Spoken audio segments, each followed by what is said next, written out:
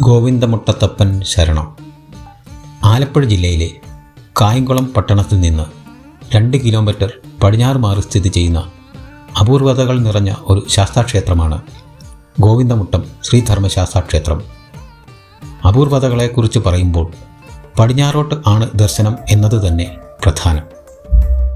കൂടാതെ പ്രദക്ഷിണ വീതിക്കുള്ളിലായി അനഭിമുഖമായി ശ്രീ മഹാദേവനെയും പ്രതിഷ്ഠിച്ചിരിക്കുന്നു. കറുത്ത ഇടതൂർന്ന ധാരാളം കേശവാരത്തോടും പനച്ചിമരത്തിൻ്റെ ഇലയാൽ നിർമ്മിച്ച കുണ്ടലങ്ങളോടും പ്രഭ എന്ന പത്നിയോടും സത്യകൻ എന്ന പുത്രനോടും നീല വസ്ത്രം ധരിച്ചും നവീന ജലത വർണ്ണത്തോടും കൂടി ചിന്മുദ്രാങ്കിതനായി പട്ടബന്ധധാരിയായി സിംഹാസനത്തിൽ ഇരിക്കുന്നതാണ് ഇവിടുത്തെ ശ്രീധർമ്മശാസ്താവിൻ്റെ ഭാവം. പടിഞ്ഞാറ് ദർശനമായതിനാൽ ശനിദോഷത്താൽ വലയുന്നവർക്ക് ആരാധിക്കുവാൻ ഇതിലും ഉപരി ഒരു ക്ഷേത്രമില്ല. തന്നെ ആശ്രയിക്കുന്നവരെ ഒന്ന് പരീക്ഷിക്കും എന്ന് അനുഭവസ്ഥർ പറയുന്നു. എന്നിരുന്നാലും അഭയം പ്രാപിച്ച് മനസ്സ് പൂർണ്ണമായി അർപ്പിച്ച് വഴിപാടുകൾ സമർപ്പിച്ച് പ്രാർത്ഥിക്കുന്നവരെ ഒരു പിതാവ് മക്കളെ എന്നതുപോലെ സംരക്ഷിക്കുന്നു. അതിനാൽ എല്ലാവരും ഗോവിന്ദമുട്ടത്തപ്പനെന്ന് ശ്രീധർമ്മശാസ്താവിനെ വിളിച്ചു പോരുന്നു. നാളികേരം മുറിച്ച് അതിൽ എള്ളുകിഴി കത്തിച്ച് സമർപ്പിക്കുമ്പോൾ എണ്ണയും എള്ളുകിഴിയും എരിഞ്ഞു തീരുമ്പോൾ അതുപോലെ തന്നെ ശനിപ്പിഴകളും എരിഞ്ഞു തീരുന്നു.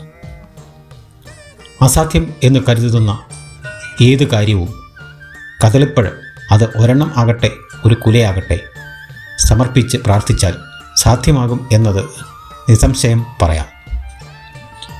എള്ളുപായസം, ഉണ്ണിയപ്പം, മുഴുക്കാപ്പ്, ചുറ്റുവിളക്ക്, ഇങ്ങനെ ഗോവിന്ദമുട്ടത്തപ്പന് ഇഷ്ടവഴിപാടുകൾ ഏറെയാണ്. മണ്ഡലകാലത്ത് നടക്കുന്ന അന്നദാനത്തിൽ ഒരു പിടി അരിയെങ്കിലും സമർപ്പിച്ച് അന്നം കഴിക്കുന്നത് അതീവ പുണ്യമത്രേ.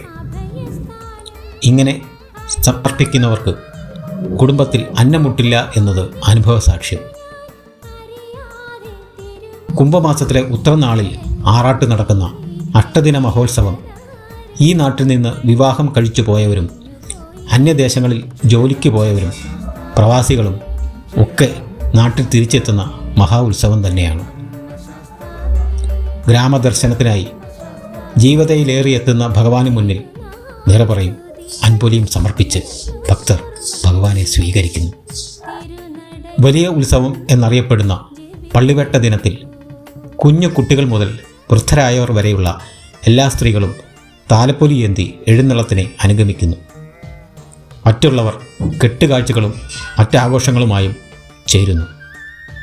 എന്തിനും ഏതിനും ഗോവിന്ദമുട്ടത്തപ്പനെ സ്മരിച്ചു തുടങ്ങിയാൽ അത് തടസ്സമില്ലാതെ നടക്കുമെന്ന് അനുഭവമുള്ളവർ പറയുന്നു.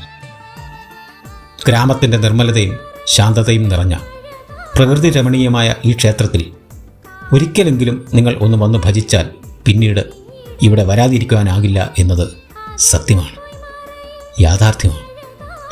ഗോവിന്ദമുട്ടത്തപ്പൻ ശരണം.